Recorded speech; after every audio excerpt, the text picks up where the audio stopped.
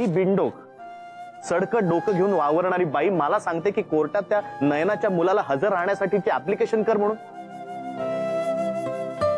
Can you imagine sir, कुठल्या लेवलला जाऊन विचार करते ही बाई.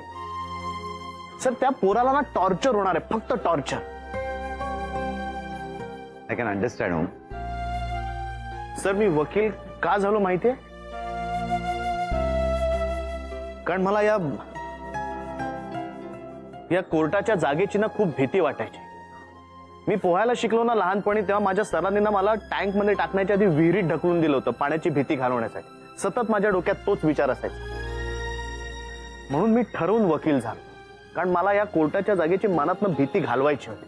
पहिल्या आर्ग्युमेंटच्या दिवशी ना माझे असे पाय असे लटपट लटपट लटपट करत होते. आणि आज मी ईशाला जेव्हा पहिल्यांदा आर्ग्यू करताना पाहिलं, तिचं पहिलं मॅटर होतं, पण ती किती कॉन्फिडंट होती सर. काय मस्त आहे ना सर हे. किती चांगली गोष्ट आहे. एखाद्या चांगल्या फॅमिलीतनं तुम्ही जेव्हा येता ना, तेव्हा तुम्हाला ना खूप कमी झगडावं लागतं जगण्यासाठी. चल चहा टाकूया चल. बाय द वे, मलाही कोणी गॉडफादर नव्हता, फादरच नव्हते, लहानपणीच गेले. वयाच्या 5व्या वर्षापासून मीही कमवायला लागलो. त्यामुळे मला तुझा झगडा कळू शकतो, अगदीच कळू शकतो. पण आपल्या हातात दुसरा काही पर्याय आहे का? Just keep it up. काम करत राहणं एवढंच आपल्या हातात आहे.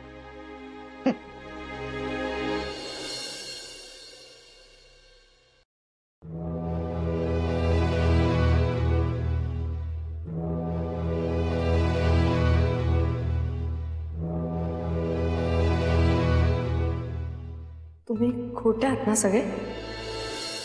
एवढा मोठा विश्वासघात केला तुम्ही माझा?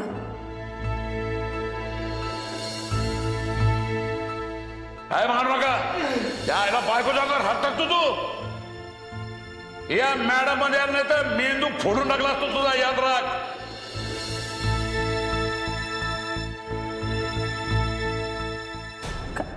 काय चाललंय हे सगळं? काय प्रकार आहे सगळं?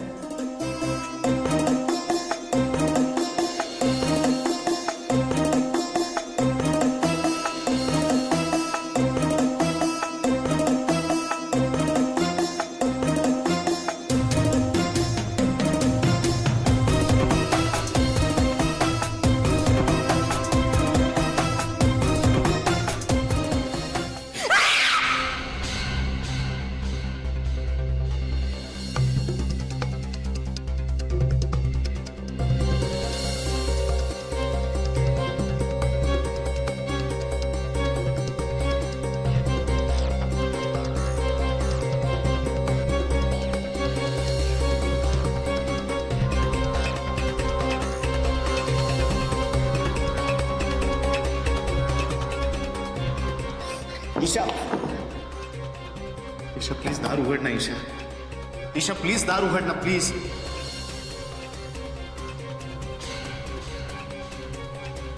ईशा,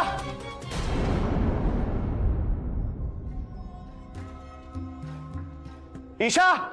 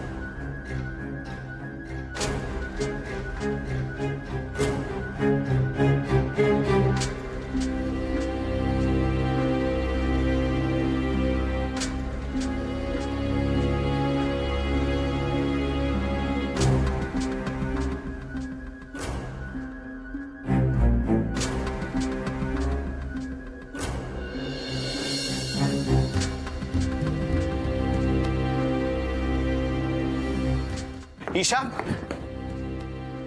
ईशा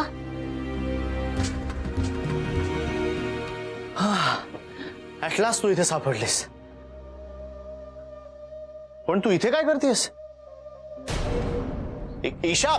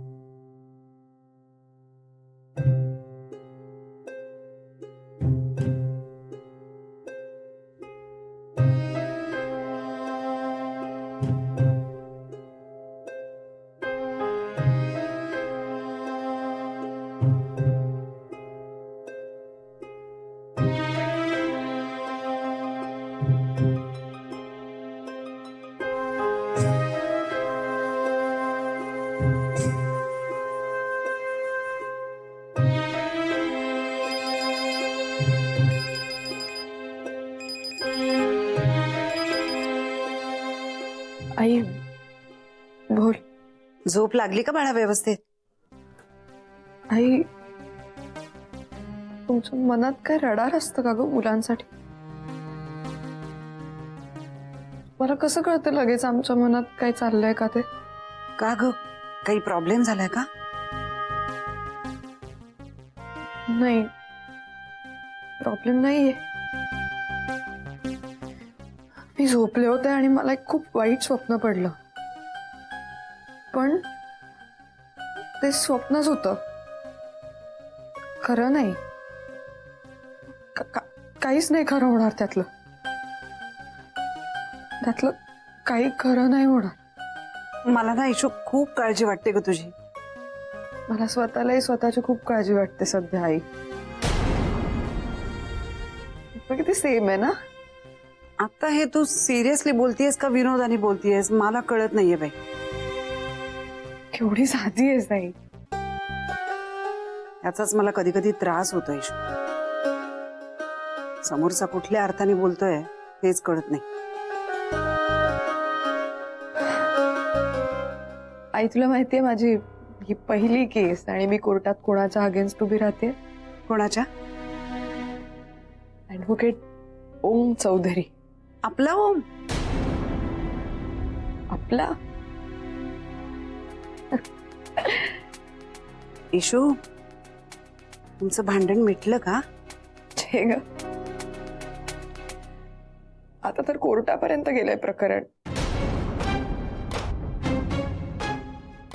आम्ही डिवोर्स साठी भांडतोय सध्या. इशू असलं काहीतरी नको ग बोलूस.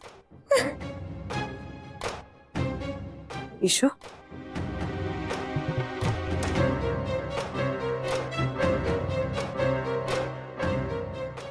हे बघ बाळा, म्हणजे नक्की तुझं काय चाललंय मला समजत नाहीये, पण एक सांगते राजा तुला, स्वतःचं मन मारून काहीही करू नकोस हा. म्हणजे तुझ्या मनाला जे पटेल तेच आणि तेवढंच कर, तेवढंच फॉलो कर.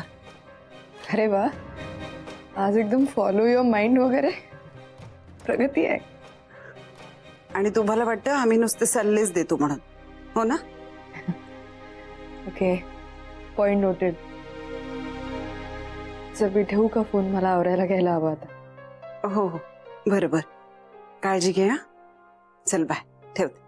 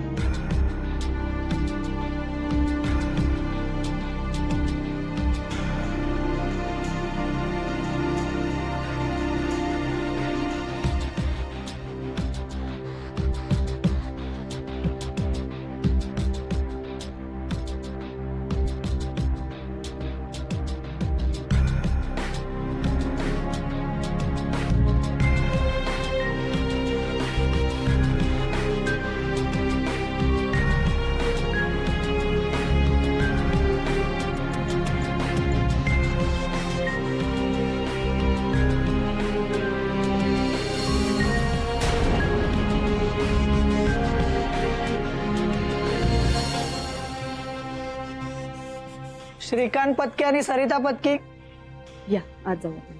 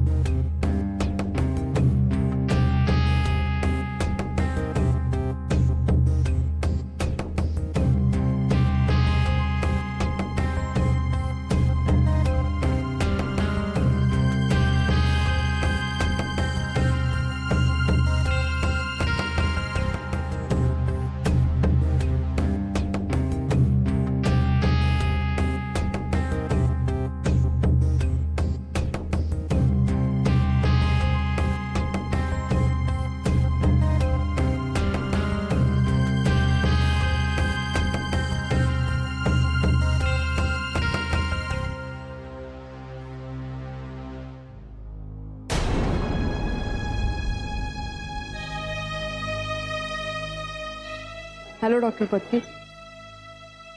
हॅलो, काही प्रॉब्लेम आहे का? नाही, काही नाही.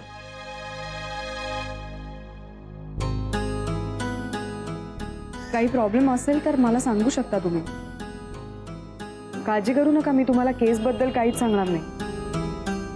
माझे प्रोफेशनल एथिक्स मला माहिती आहेत. माझे वकील फोन उचलत नाहीये. अहो येत असतील, ते ड्राईव्ह करत असतील. तुम्ही त्यांचे सिनियर प्रधान सर त्यांना फोन करून पाहिलात का? ते तुम्हाला सांगू शकतील ओम चौधरी कुठे आहेत ते. नाही ना, ते सुद्धा फोन उचलत नाहीयेत. हो, इज इट ओके. ते जर आले नाही तर काय प्रोसिजर असते हो?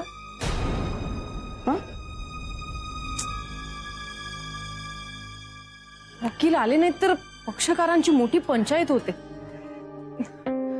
कोर्टात काय बोलायचं काहीच माहित नसतं ना. कोर्टाने अर्ज मागितला तर काय लिहायचं, कसं लिहायचं काहीच कळत नाही. Don't worry doctor Patki. तुमचे वकील इथे नसताना त्यांच्या गैरहजेरीत मी कोर्टाकडनं तुमच्या विरुद्ध काही ऑर्डर घेणार नाही. जे काही असेल ते आपण सगळं समोरासमोर करू. थँक्स. आणि मुळात तुमच्यावर तशी वेळच येणार नाही अर्ज वगैरे द्यायची. ॲडव्होकेट चौधरी किंवा प्रधान सर येतीलच. कसं आहे, कोर्टात ओमचं रेप्युटेशन खूपच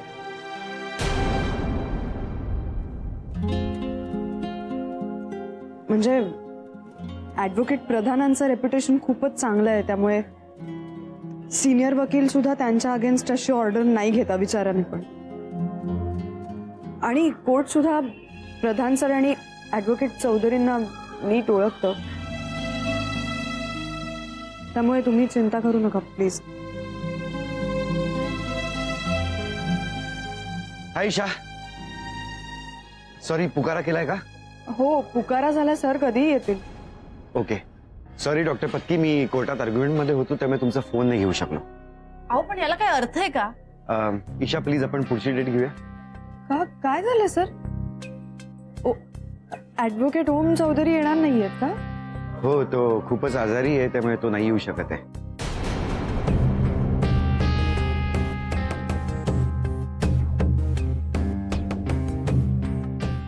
आपण डेट पोस्टपोन केली तर तुला काही प्रॉब्लेम नाही ना? No no problem sir. Hi, चला.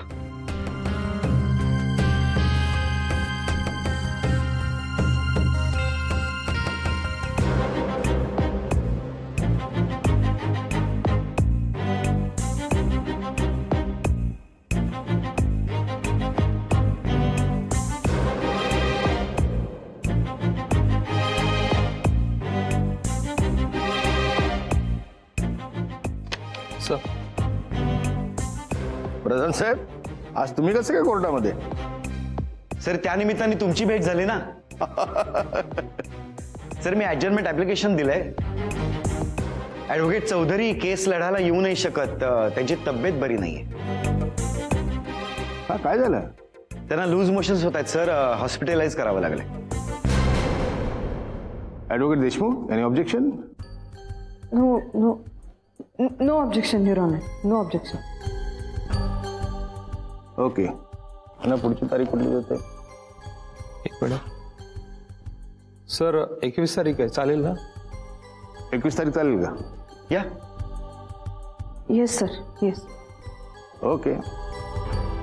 अहो एवढ्या छोट्या कामासाठी तुम्ही कशाला आलात? एखाद्या ज्युनियरला पाठवायचं ना. सर आजकाल ज्युनियर्स जास्त बिझी असतात. Okay next. Obliged sir. Highly obliged sir.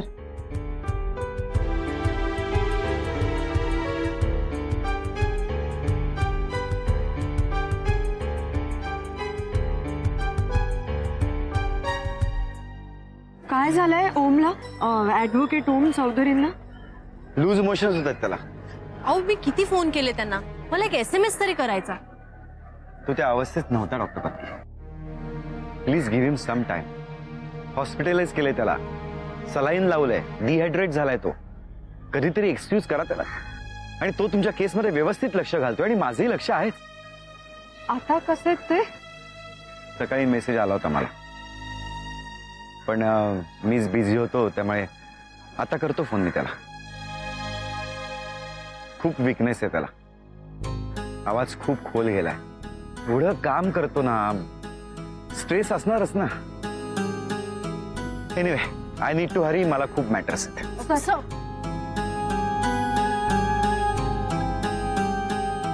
Sir त्यांना काही म्हणजे तुम्हाला काही मदत हवी असेल तर मला सांगा. तारखा वगैरे घ्यायच्या असतील तर मी घेईन. थँक्यू ईशा, पण खरंच काही गरज नाही. आणि नवीन मुलांना कळू दे ना जरा कोर्टातली प्रोसिजर. तुम्ही आता तारखा घ्यायची कामं नाही करायची, तुम्ही फक्त मॅटर्स चालवायची धडाधड. बरं मी येऊ सर, मला जरा. या बाय. सब या डॉक्टर पत्की. मी जरा स्पष्टच विचारते, आपले वकील चांगले आहेत ना? व्हॉट डू यू मीन? नाही, मला त्यांचं वागणं जरा विचित्रच वाटतं. तुम्हाला नाही वाटत या ईशा देशमुख आणि त्यांच्यामध्ये काहीतरी आहे?